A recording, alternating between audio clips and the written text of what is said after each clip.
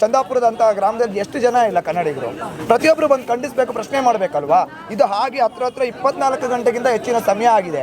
ಇವತ್ತವರೆಗೂ ಯಾವೊಬ್ಬ ಕನ್ನಡಿಗ ಇಲ್ಲಿ ಬಂದು ಪ್ರಶ್ನೆ ಮಾಡುವಂಥ ಧೈರ್ಯ ಯಾವೇ ಕನ್ನಡಿಗರಿಗೆ ಇಲ್ವಲ್ಲ ಇವತ್ತು. ಯಾಕೆಂದರೆ ನಮ್ಮಲ್ಲಿ ಒಂದು ನಿರಾಭಿಮಾನ, ಸಹಿಸ್ಕೊಳ್ಳುವಂಥ ಒಂದು ಮನೋಭಾವಕ್ಕೆ ಬಂದು ನಾವು ಹಾಳಾಗ್ಬಿಟ್ಟಿದ್ದೀವಿ. ನಾವು ಪ್ರತಿ ಬಾರಿ ನಾವು ಕನ್ನಡಿಗರಿಗೆ ಹೇಳೋದು ಇಷ್ಟೇ, ಎಲ್ಲಿಂದ ನಾವು ಬಂದವರು ಅವ್ರ ಅತಿಥಿಗಳು, ಇವತ್ತು ಮಾಲೀಕರಲ್ಲ. ಇಲ್ಲಿ ಬರೋವಂಥ ಪ್ರತಿಯೊಬ್ಬರನ್ನು ನಾವು ಸ್ವಾಗತಿಸೋಣ. ಅವರು ಬರುವಂಥವ್ರು ಅತಿಥಿಗಳಾಗಿ ಬರಲಿ, ಮಾಲೀಕರಾಗಲ್ಲ.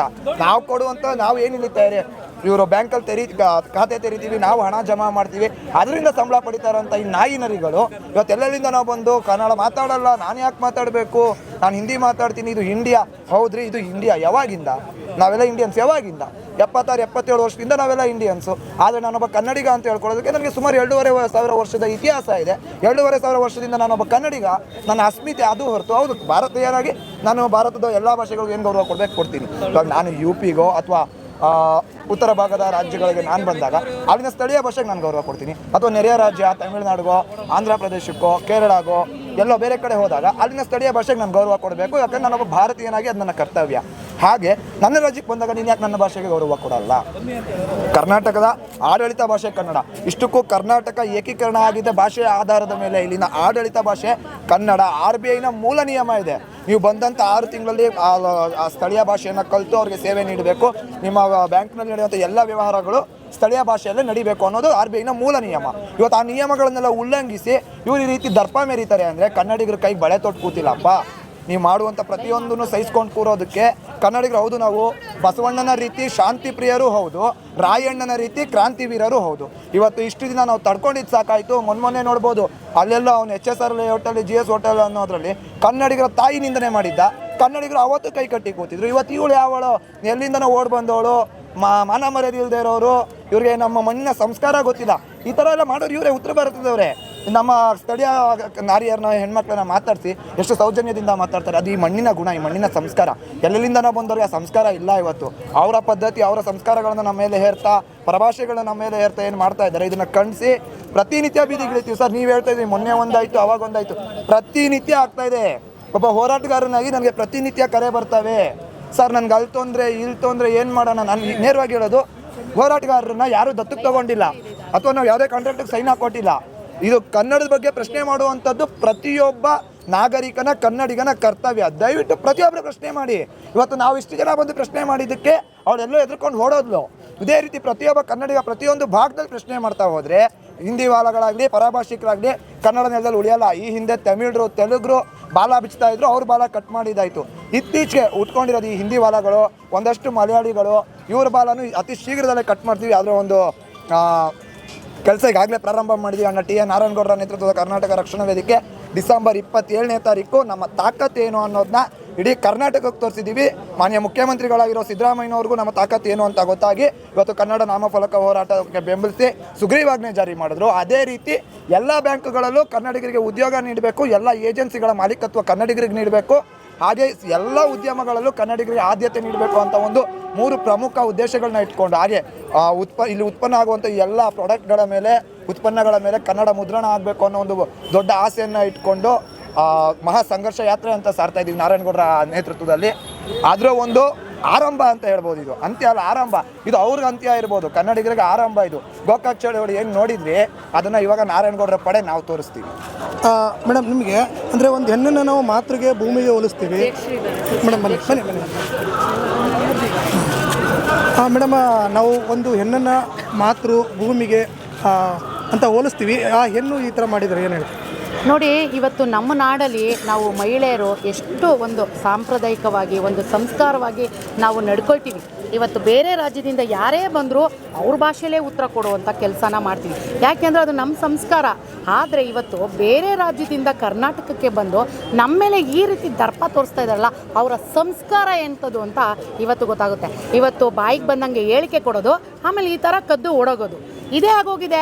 ಯಾಕೆ ಅವತ್ತು ಹೇಳಿಕೆ ಮಾತಾಡ್ಬೇಕಾದ್ರೆ ಇದ್ದಂಥ ದರ್ಪ ಇವತ್ತು ಕನ್ನಡಿಗರು ಬಂದು ನಿಂತಿದ್ದೀವಲ್ಲ, ಇವತ್ತು ಅದೇ ಪೌರುಷ ತೋರಿಸ್ಬೇಕಲ್ವಾ? ಉತ್ತರ ಪೌರುಷ ಒಲೆ ಮುಂದೆ ಅನ್ನಂಗೆ ಹೇಳಿಕೆ ಕೊಡೋದು, ಈ ಥರ ಸ್ವಲ್ಪ ಬಿಸಿ ಮುಟ್ಟಿದ ತಕ್ಷಣ ಓಡೋಗುವಂಥ ಕೆಲಸನ ನಿಜವಾಗಿಯೂ ಅವಳು ಹೆಣ್ಣಾಗಿರೋದಕ್ಕೆ ನಿಜವಾಗಿಯೂ ನಾಚಿಕೆ ಆಗಬೇಕು ನಾವೆಲ್ಲ ಹೆಣ್ಣು ಕುಲಕ್ಕೆ. ಯಾಕಂದರೆ ಒಂದು ಹೆಣ್ಣಾಗಿ ಯಾವ ಒಂದು ಸಂವಿಧಾನದ ಒಂದು ಬದ್ಧತೆ ಆಕೆಗೆ ಗೊತ್ತಿಲ್ವಾ? ಎಲ್ಲಿ ಯಾವ ನಾಡಿನಲ್ಲಿ ಆ ಸ್ಥಳೀಯ ಭಾಷೆ ಯಾವುದಿರುತ್ತೋ ಆ ಭಾಷೆಯಲ್ಲೇ ವ್ಯವಹಾರ ಮಾಡಬೇಕು ಅನ್ನೋ ಒಂದು ಸಾಮಾನ್ಯ ಜ್ಞಾನ ಮಹಿಳೆಗಿಲ್ವಾ? ಯಾಕಂದರೆ ಬೇಕಾಬಿಟ್ಟು ಏನೋ ಎಕ್ಸಾಮ್ಗಳು ಬರೆದು ಉದ್ಯೋಗಗಳನ್ನ ತೊಗೊಂಬಿಟ್ಟಿರ್ತಾರೆ. ಏನೋ ಇಲ್ಲೆಲ್ಲ ಸಂಪದ್ಭರಿತವಾದ ನಾಡು ಬೆಂಗಳೂರು, ಸಿಲಿಕಾನ್ ಸಿಟಿ. ಕೆಂಪೇಗೌಡರು ಕಟ್ಟಿದ್ದು ಕನ್ನಡದ ಮಕ್ಕಳಿಗೋಸ್ಕರ. ಇವ್ರು ಯಾರೋ ಹಿಂದಿ ವಾಲಗಳು ಅನ್ಯ ಭಾಷಿಕರು ಬಂದು ಇಲ್ಲಿ ಬಿಲ್ಡಿಂಗ್ ಮೇಲೆ ಬಿಲ್ಡಿಂಗ್ ಕಟ್ಕೊಂಡು AC ಆಫೀಸಲ್ಲಿ ಕುತ್ಕೊಂಡು ಅವ್ರಿಗೆ ಇಷ್ಟ ಬಂದ ಭಾಷೆಯಲ್ಲಿ ವ್ಯವಹಾರ ಮಾಡೋಕ್ಕಲ್ಲ ಸ್ವಾಮಿ. ಕರ್ನಾಟಕದಲ್ಲಿ ಕನ್ನಡದಲ್ಲಿ ವ್ಯವಹಾರ ಮಾಡಿ ಅಂತ ಕೇಳೋದು ಪ್ರತಿಯೊಬ್ಬ ಕನ್ನಡಿಗನ ಹಕ್ಕು. ನಮ್ಮ ಹಕ್ಕನ್ನು ನಾವು ಕೇಳ್ತೀವಿ. ನಿಮ್ಗೆ ಇಷ್ಟ ಇದ್ದರೆ ಕನ್ನಡಿಗರಿಗೆ ಅನುಗುಣವಾಗಿ ಇಲ್ಲಿನ ಆಚಾರ ವಿಚಾರ ಸಂಸ್ಕೃತಿಗೆ ಅನುಗುಣವಾಗಿ ಇಲ್ಲಿರೋದಾರ ಇರ್ರಿ, ಇಲ್ಲ ತೊಲಗೋಗ್ರಿ, ಭಿಕ್ಷೆ ಎತ್ಕೊಂಡು ಬಂದು ವೇದಿಕೆಗೆ ಕನ್ನಡ ಪರ ಹೋರಾಟಕ್ಕೆ ಒತ್ತೋಡಿಸಿ ಒತ್ತೋಡಿಸಿ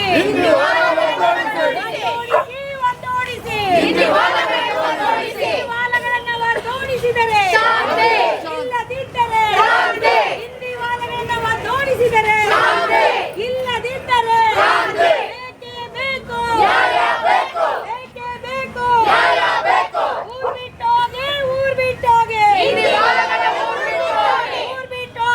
ಊರ್ ಬಿಟ್ಟೋಗೆ SBI ದುರಾಂಕಾರಿ ಸಿಬ್ಬಂದಿ ಓಡಿಸಿದರೆ SBI ದುರಾಂಕಾರಿ ಸಿಬ್ಬಂದಿ ಓಡಿಸಿದರೆ ಇಲ್ಲದಿದ್ದರೆ ಕನ್ನಡ ಕನ್ನಡ ಕನ್ನಡ ಕನ್ನಡ ಉದ್ಯೋಗ ನೀಡಿ ಉದ್ಯೋಗ ನೀಡಿ ಉದ್ಯೋಗ ನೀಡಿ ಕನ್ನಡಿಗರಿಗೆ ಉದ್ಯೋಗ ನೀಡಿದರೆ ಇಲ್ಲದಿದ್ದರೆ ಕನ್ನಡಿಗರಿಗೆ ಉದ್ಯೋಗ ನೀಡಿದರೆ ಇಲ್ಲದಿದ್ದರೆ ಬೇಕೇ ಬೇಕು ಬೇಕೇ ಬೇಕು ಕರ್ನಾಟಕ ರಕ್ಷಣಾ ವೇದಿಕೆಗೆ ಬಂತು. ಕರ್ನಾಟಕ ರಕ್ಷಣಾ ವೇದಿಕೆಗೆ ಕರ್ನಾಟಕ ರಕ್ಷಣಾ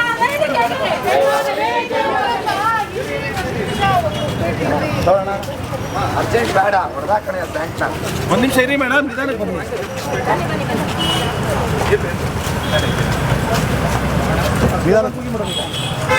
ಸರ್ ನೋಡಿದ್ರಿ, ಈಗ ಪದೇ ಅಂದರೆ ಇನ್ನೂ 2 ದಿನ ಆಗಿಲ್ಲ, ಆಲ್ರೆಡಿ ಮತ್ತೊಂದು ಕೇಸ್ ಬರ್ತಾ ಇದೆ.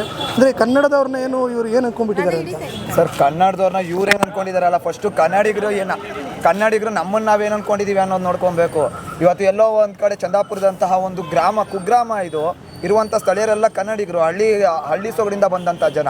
ಈ ಭಾಗದಲ್ಲಿ ಬಂದು ಎಲ್ಲಿಂದನೋ ಬಂದಂಥವ್ರು ನೀನು ಹಿಂದಿ ಕಲಿಬೇಕು, ನೀನು ನನ್ನ ಹತ್ರ ವ್ಯವಹಾರ ಮಾಡ್ಬೇಕಾದ್ರೆ ನೀನು ಹಿಂದಿ ಕಲಿಬೇಕು ಅನ್ನೋ ಮಟ್ಟಿಗೆ ಇವತ್ತು ಎಲ್ಲಿಂದನೋ ಬಂದಂಥ ಹಿಂದಿ ವಾಲಾಗಳು, ಹಿಂದಿ ಗುಲಾಮರು ಬಂದಿದ್ದಾರೆ. ಅಂದರೆ ಸ್ಥಳೀಯ ಕನ್ನಡಿಗರು ಏನು ಮಾಡ್ತಾ ಇದ್ದೀರಾ? ಇವಾಗ ನಾವು ವಿಜಯನಗರ ಮಾಗಡಿ ರಸ್ತೆ ಇಲ್ಲಿ ಈ ಭಾಗದಿಂದೆಲ್ಲ ನಾವು ಇಲ್ಲಿ ಬಂದು ಹೋರಾಟ ಮಾಡ್ತಾ ಇದ್ದೀವಿ. ಸ್ಥಳೀಯರಾಗಿ ಒಂದಷ್ಟು ಜನ ಬಂದಿದ್ದಾರೆ ಹೋರಾಟಗಾರರು, ಸ್ಥಳೀಯ ಭಾಷಿಕರು, ಲೋಕಲ್ ಜನ ಅಂತೇನು ಹೇಳ್ತೀವಿ. ಏನು ಮಾಡ್ತಾ ಇದ್ದಾರೆ ಇವತ್ತು ಈ ಚಂದಾಪುರದಂಥ ಗ್ರಾಮದಲ್ಲಿ ಎಷ್ಟು ಜನ ಇಲ್ಲ ಕನ್ನಡಿಗರು? ಪ್ರತಿಯೊಬ್ಬರು ಬಂದು ಖಂಡಿಸಬೇಕು, ಪ್ರಶ್ನೆ ಮಾಡಬೇಕಲ್ವಾ? ಇದು ಹಾಗೆ ಹತ್ರ 24 ಗಂಟೆಗಿಂತ ಹೆಚ್ಚಿನ ಸಮಯ ಆಗಿದೆ. ಇವತ್ತವರೆಗೂ ಯಾವೊಬ್ಬ ಕನ್ನಡಿಗರು ಬಂದು ಪ್ರಶ್ನೆ ಮಾಡುವಂಥ ಧೈರ್ಯ ಯಾರೇ ಕನ್ನಡಿಗರಿಗೆ ಇಲ್ವಲ್ಲ ಇವತ್ತು. ಯಾಕೆ?